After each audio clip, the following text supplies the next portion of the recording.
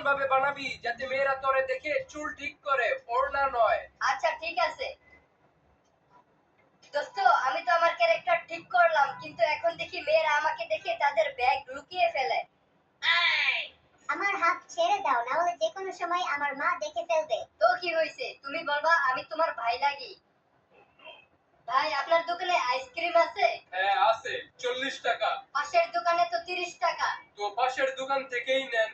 না মানে পাশের দোকানে আইসক্রিম শেষ। তাই নাকি? তাইলে এখন আমার দোকানে আইসক্রিমের দাম 50 টাকা। জানোস বল্টু, এলাকাতে নতুন ডাক্তার আসছে।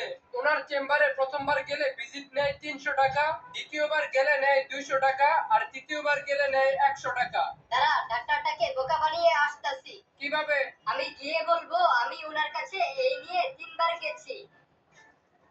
ডাক্তার, আমার অনেক জ্বর উঠছে, আর হ্যাঁ এই নিয়ে আমি কিন্তু আপনার কাছে 3বার আসলাম। ও ঠিক আছে, তাহলে আগের দুইবার যে ঔষধগুলো দিয়েছিলাম সেগুলো খেতে থাকুন। আর আপনি যেহেতু তৃতীয়বার এসেছেন সেহেতু আপনার ভিজিট হয়েছে 100 টাকা।